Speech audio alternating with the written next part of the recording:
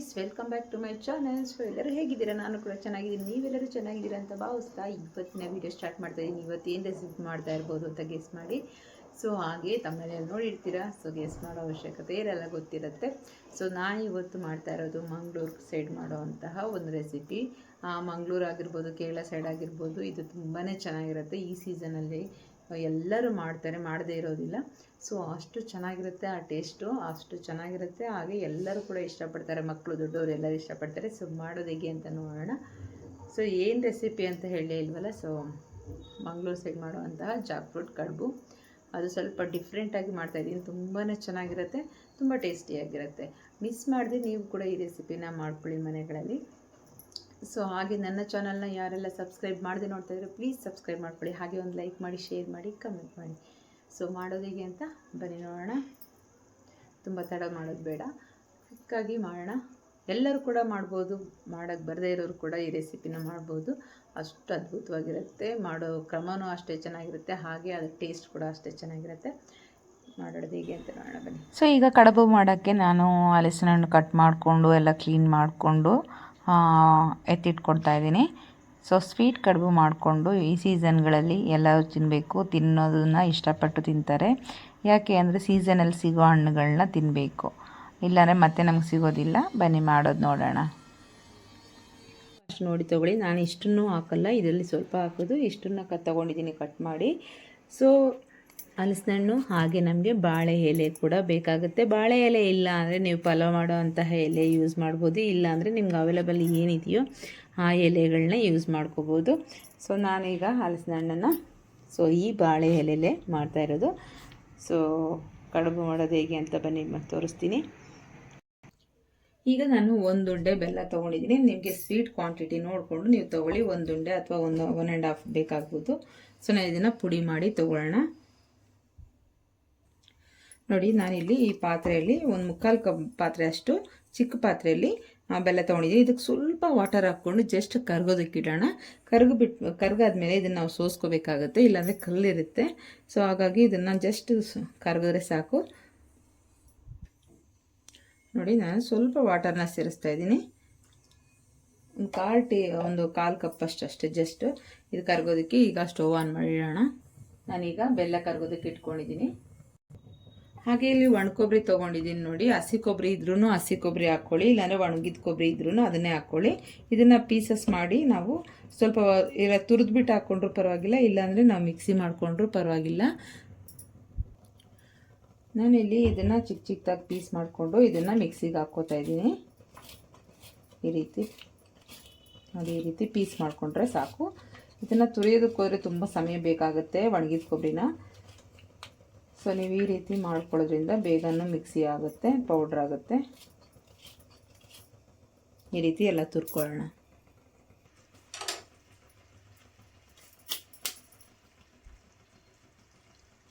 ಈಗ ನೋಡಿ, ಇಷ್ಟು ಎಲ್ಲ ಪೀಸ್ ಮಾಡಿ ಇಟ್ಕೊಂಡಿದ್ದೀನಿ. ಇದಕ್ಕೆ ನಾವು ಸ್ವಲ್ಪ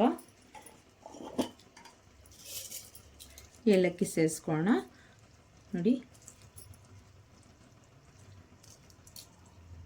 ಒಂದು 5-6 ಏಲಕ್ಕಿನ ಸೇರಿಸ್ಕೊಳ್ಳೋಣ. ಒಳ್ಳೆ ಫ್ಲೇವರ್ ಬರುತ್ತೆ ಇದನ್ನು ಹಾಕೋದ್ರಿಂದ.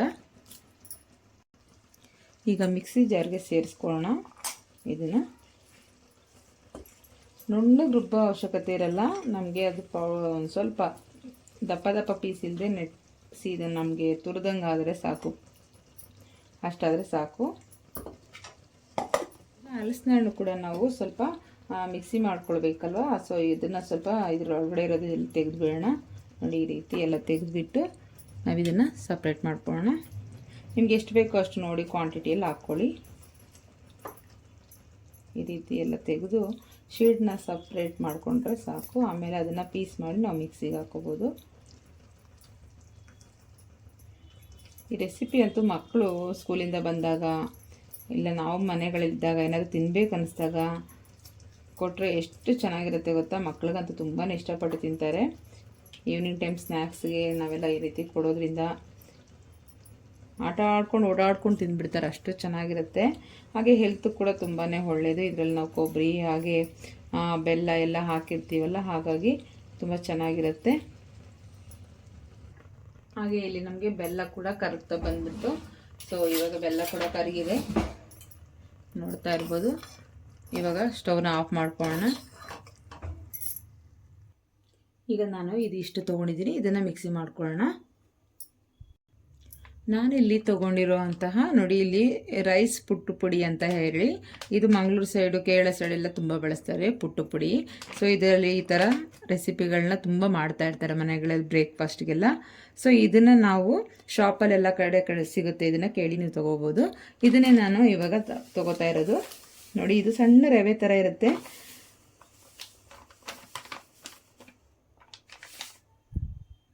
ನಾನಿಲ್ಲಿ ಅರ್ಧ kg ಅಷ್ಟು ರವೆ ತೊಗೊಂಡಿದ್ದೀನಿ. ಇದು ಪುಟ್ಟು ಪುಡಿ ಅಂತ ಹೇಳಿ, ಇದು ಸ್ವಲ್ಪ ತರಿ ತರಿ ಇರುತ್ತೆ ನಮಗೆ. ಈಗ ನಾನು ಕೊಬ್ಬರಿನ ಪುಡಿ ಮಾಡಿ ಇಟ್ಕೊಂಡಿದ್ದೀನಿ ನೋಡಿ, ಇದು ಕೂಡ ಅಷ್ಟೇ ತರಿ ತರಿಯಾಗಿದೆ. ನೀವು ಬೇಕಾದ್ರೂ ತುರಿದ್ಬಿಟ್ಟು ಬೇಕಾದ್ರೂ ಹಾಕ್ಕೋಬೋದು. ನಾನು ಈ ರೀತಿಯೇ ಹಾಕ್ಕೋತಾ ಇದ್ದೀನಿ ನೋಡಿ. ಏಲಕ್ಕಿ ಎಲ್ಲ ನೀಟಾಗಿ ಪುಡಿ ಆಗಿಬಿಟ್ಟಿದೆ. ಈಗ ಅದೇ ಮಿಕ್ಸಿ ಜಾರ್ಗೆ ನಾವು ಇದನ್ನು ಸೇರಿಸ್ಕೊಂಡು ರುಬ್ಕೊಂಬರೋಣ. ಈಗ ಇದಕ್ಕೆ ನಾವು ರುಬ್ಕೊಂಡಿರೋಂಥ ನೋಡಿ ಹಲಸಿನ ಹಣ್ಣುದು ಮಿಕ್ಸ್ ಕೂಡ ಸೇರಿಸ್ಕೊಳ್ಳೋಣ.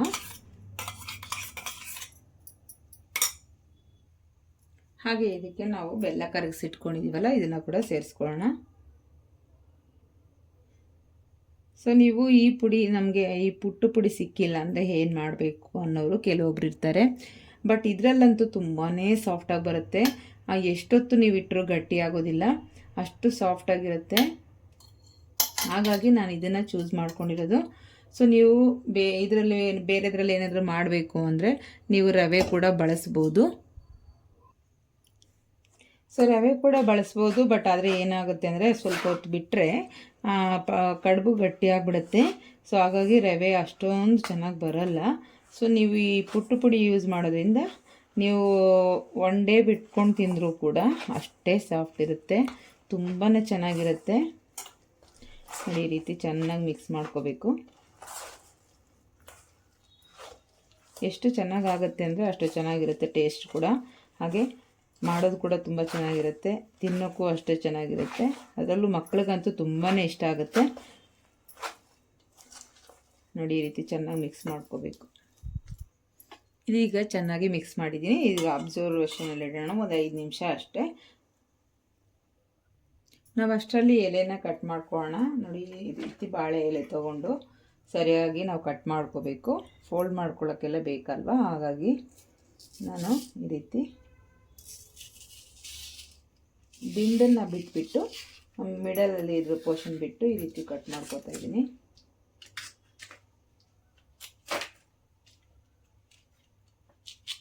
ಈ ರೀತಿ ನೋಡಿ.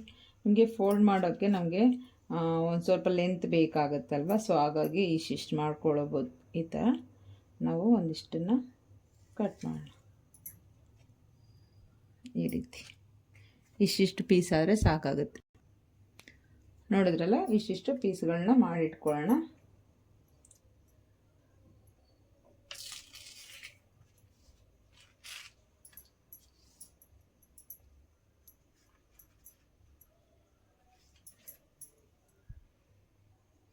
ಈಗ ಎಲ್ಲ ಕಟ್ ಮಾಡ್ಕೊಂಡಿದ್ದೀನಿ. ಈಗ ತೊಳೆದ್ಬಿಟ್ಟು ತೆಕ್ಕೊಳ್ಳೋಣ. ಈಗ ಎಲ್ಲದನ್ನು ತೊಳ್ಕೊಂಡು ಈ ರೀತಿ ತೆಕ್ಕೊಂಡಿದ್ದೀನಿ. ಈಗ ನಾನೊಂದು ಸ್ಟೀಮರ್ ಇಟ್ಕೊಂಡಿದ್ದೀನಿ. ಕುಕ್ಕರ್ನಲ್ಲಿ ನೀರು ಹಾಕ್ಬಿಟ್ಟು ಈ ರೀತಿ ಒಂದು ಇಟ್ಕೊಂಡಿದ್ದೀನಿ. ನೀವು ಸ್ಟೀಮರ್ ಇಡ್ಲಿ ಪಾತ್ರೆಯಲ್ಲಿ ನಿಮ್ಗೆ ಇದ್ದರೆ ನೀವು ಅದರಲ್ಲಿ ಕೂಡ ಇಟ್ಕೋಬೋದು, ಇಡ್ಲಿ ಪಾತ್ರೆಯಲ್ಲಿ ಕೂಡ ಇಟ್ಕೋಬೋದು. ನಾನು ಹೀಗೆ ಇಟ್ಕೊಂಡಿದ್ದೀನಿ. ಒಂದು ಸೋಸ ತೊಗೊಂಡು ಕುಕ್ಕರ್ ಮೇಲೆ ಇಟ್ಕೊಂಡ್ರೆ ನೀಟಾಗಿ ಸ್ಟೀಮ್ ಆಗುತ್ತೆ. ಈಗ ನಾವು ಇದಕ್ಕೆ ನೋಡಿ ಎಲೆಗಳಿದೆಯಲ್ಲ, ಈ ಎಲೆಗಳಿಗೆ ಸ್ವಲ್ಪ ತುಪ್ಪನ ಅಪ್ಲೈ ಮಾಡ್ಕೊಳ್ಳೋಣ. ತುಂಬ ಟೇಸ್ಟಿಯಾಗಿರುತ್ತೆ, ಇನ್ನೂ ಚೆನ್ನಾಗಿ ಬರುತ್ತೆ. ತಿನ್ನುವಾಗ ನಮಗೊಂದು ತುಂಬ ಟೇಸ್ಟ್ ಕೊಡುತ್ತೆ. ಈ ರೀತಿ ಸ್ವಲ್ಪ ತುಪ್ಪನ ಸವರ್ಕೊಂಡು ಈ ರೀತಿ ತುಪ್ಪನ ಒಂದು ಸೈಡಲ್ಲಿ ನಾವು ನೀಟಾಗಿ ಅಪ್ಲೈ ಮಾಡ್ಕೊಳ್ಳೋಣ. ತುಂಬಾ ಚೆನ್ನಾಗಿ ಟೇಸ್ಟ್ ಬರುತ್ತೆ. ಹಾಗೆ ಮಕ್ಕಳಿಗೆ ಕೂಡ ತುಂಬಾ ಇಷ್ಟ ಆಗುತ್ತೆ, ಹೆಲ್ತಿಯಾಗಿರುತ್ತೆ ನೋಡಿ. ಈ ರೀತಿ ಅಪ್ಲೈ ಮಾಡಿಕೊಂಡು ನಾವು ಆವಾಗಲೇ ಮಿಶ್ರಣ ಮಾಡಿಟ್ಟಿದ್ದೀವಲ್ಲ, ಇನ್ನೊಂದು ಸರಿ ಮಿಕ್ಸ್ ಮಾಡ್ಕೊಳ್ಳೋಣ. ನೋಡಿ ಆಲ್ರೆಡಿ ಸ್ವಲ್ಪ ಗಟ್ಟಿಯಾಗಿದೆ, ಅದು ಚೆನ್ನಾಗಿ ಅಬ್ಸರ್ವ್ ಮಾಡಿರುತ್ತೆ ರವೆ ಎಲ್ಲ. ಈಗ ಇದನ್ನು ನಾವು ಅದರಲ್ಲಿ ಹಾಕ್ಕೊಳ್ಳೋಣ.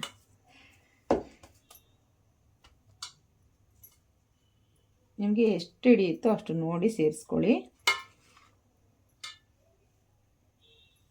ಎಷ್ಟು ಚೆನ್ನಾಗಿದೆ ಅಂದರೆ ಮುಟ್ಟಿದ್ರೇ ಸಾಫ್ಟ್ ಅನಿಸುತ್ತೆ. ಸೊ ನೀವಿನ್ನು ತಿಂದರೆ ನೀವು ಮಾಡಿದ್ರೆ ಹೇಗಿರುತ್ತೆ ಹೇಳಿ. ಜಾಸ್ತಿ ಏನು ಹಾಕ್ಕೊಳ್ಳೋದು ಬೇಡ. ಸೊ ಇಷ್ಟ ಹಾಕ್ಕೊಳ್ಳೋಣ ಸಾಕು.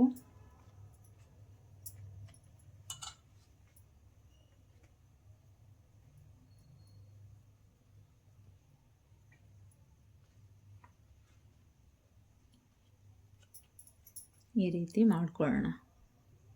ಈ ರೀತಿ ಫೋಲ್ಡ್ ಮಾಡಿ ನಾವು ಸ್ಟೀಮರಲ್ಲಿ ಇಟ್ಕೊಳ್ಳೋಣ. ಈ ರೀತಿ ಒಂದೊಂದಾಗಿ ಮಾಡ್ಕೊಳ್ಳೋಣ. ಸ್ವಲ್ಪ ತುಪ್ಪ ಹಾಕ್ಕೊಳ್ಳೋಣ.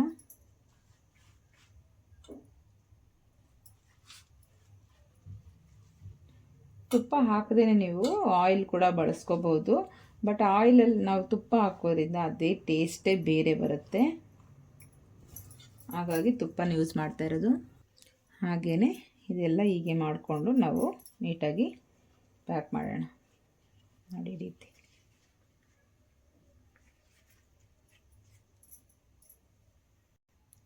ಸೊ ಅದೇ ರೀತಿ ಎಲ್ಲದನ್ನು ಮಾಡ್ಕೊಳ್ಳೋಣ. ಎಲ್ಲದನ್ನು ಸ್ಟೀಮರಲ್ಲಿ ಇಟ್ಕೊಳ್ಳೋಣ. ಒಂದು ವೇಳೆ ಎಲೆ ಚಿಕ್ಕದಾಗಿತ್ತು ಅಂದ್ಕೊಳ್ಳಿ, ಒಂದು ಸೈಡ್ಗೆ ಈ ರೀತಿ ಫೋಲ್ಡ್ ಮಾಡಿ. ಇಲ್ಲಾಂದರೆ ಈ ರೀತಿಯಾದ್ರೂ ಫೋಲ್ಡ್ ಮಾಡ್ಬೋದು, ಈ ರೀತಿಯಾದ್ರೂ ಮಾಡ್ಬೋದು. ಚಿಕ್ಕ ಎಲೆ ಇದ್ದರೂ ಯೂಸ್ ಮಾಡ್ಕೊಳ್ಳಿ, ದೊಡ್ಡ ಎಲೆ ಇದ್ದರೂ ಯೂಸ್ ಮಾಡ್ಕೊಳ್ಳಿ. ನಮಗಂತೂ ಸಿಟಿಯಲ್ಲಿ ಎಲೆಗಳು ಸಿಗೋದೇ ಕಷ್ಟ. ಅಂಗಡಿಗಳಲ್ಲಿ ಹೋಗಿ ತೊಗೊಬರ್ಬೇಕು.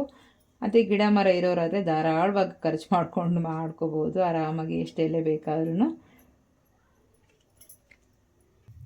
ಇನ್ನೊಂದು ಸ್ವಲ್ಪ ನೀವು ನೀಟಾಗಿ ಇದು ಮಾಡಬೇಕು ಅಂದರೆ ನೋಡಿ, ಈ ರೀತಿ ಅಗಲವಾಗಿ ಈ ರೀತಿ ಮಾಡಿಕೊಂಡು ನೀವು ಕರೆಕ್ಟಾಗಿ ಶೇಪ್ಗಳು ಬರಬೇಕು ಅಂದರೆ ಈ ರೀತಿ ಅಗಲ ಮಾಡ್ಕೊಳ್ಳಿ. ಈ ರೀತಿ ನೀಟಾಗಿ ನಮಗೆ ಒಂದೇ ರೀತಿ ಶೇಪ್ಗಳು ಬೇಕು, ಒಂದೇ ಸೈಜಲ್ಲಿ ಬೇಕು ಅಂದರೆ ಕೈಯಲ್ಲಿ ಕರೆಕ್ಟಾಗಿ ಒಂದು ಉಂಡೆ ನೆತ್ಕೊಳ್ಳಿ ಪ್ರಾಪರಾಗಿ ಒಂದು ಸೈಜಲ್ಲಿ.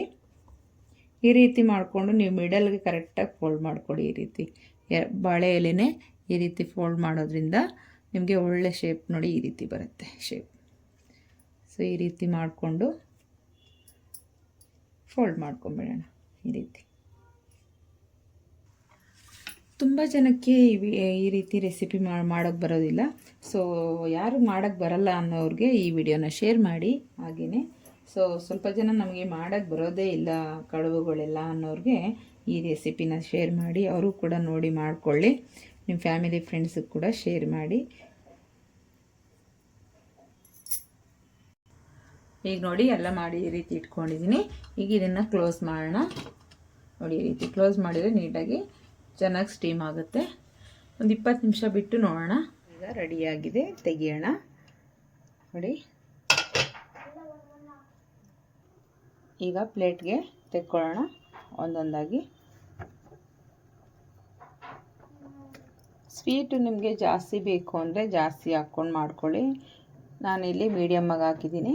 ತುಂಬ ಜಾಸ್ತಿ ಬೇಕು ಅಂದರೆ ಅದರಲ್ಲೂ ಬ್ಲ್ಯಾಕ್ ಬೆಲ್ಲ ಆ ಥರ ಹಾಕಿದ್ರೆ ಸ್ವಲ್ಪ ಕಲರ್ಫುಲ್ಲಾಗಿರುತ್ತೆ. ನಾನು ಇಲ್ಲಿ ವೈಟ್ ಬೆಲ್ಲ ಯೂಸ್ ಮಾಡಿರೋದ್ರಿಂದ ವೈಟ್ ಕಲರೇ ಇರುತ್ತೆ, ಬಟ್ ಸ್ವೀಟ್ ನಾರ್ಮಲಾಗಿರುತ್ತೆ.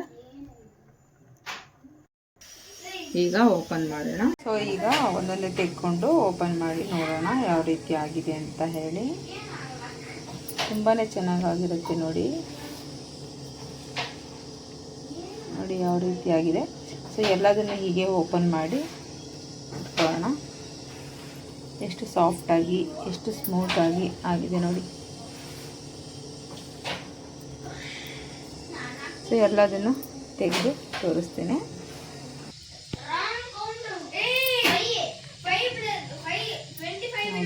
ಎಲ್ಲದೂ ಹೀಗೆ ಬಂದಿದೆ. ಸೊ ನೋಡಿದ್ರಲ್ಲ ಹಲಸಿನಕಾಯಿ ಕಡುಬು ಮಾಡೋದು ಹೇಗೆ ಅಂತ. ಸೊ ಎಷ್ಟು ಚೆನ್ನಾಗಿ ಬಂದಿದೆ ಎಲ್ಲ. ಸೊ ನಿಮ್ಮ ಮನೆಗಳಲ್ಲೂ ಈ ರೀತಿ ಮಾಡ್ಕೊಳ್ಳಿ, ತುಂಬ ಚೆನ್ನಾಗಿರುತ್ತೆ. ಸೊ ಈ ವಿಡಿಯೋ ನಿಮಗೆಲ್ಲರಿಗೂ ಇಷ್ಟ ಆಗಿದೆ ಅಂದ್ಕೊಳ್ತೀನಿ. Thank you for watching. ಮತ್ತೆ ಸಿಗೋಣ ನೆಕ್ಸ್ಟ್ ಅಲ್ಲಿವರೆಗೂ ಟೇಕ್ ಕೇರ್, ಬಾಯ್.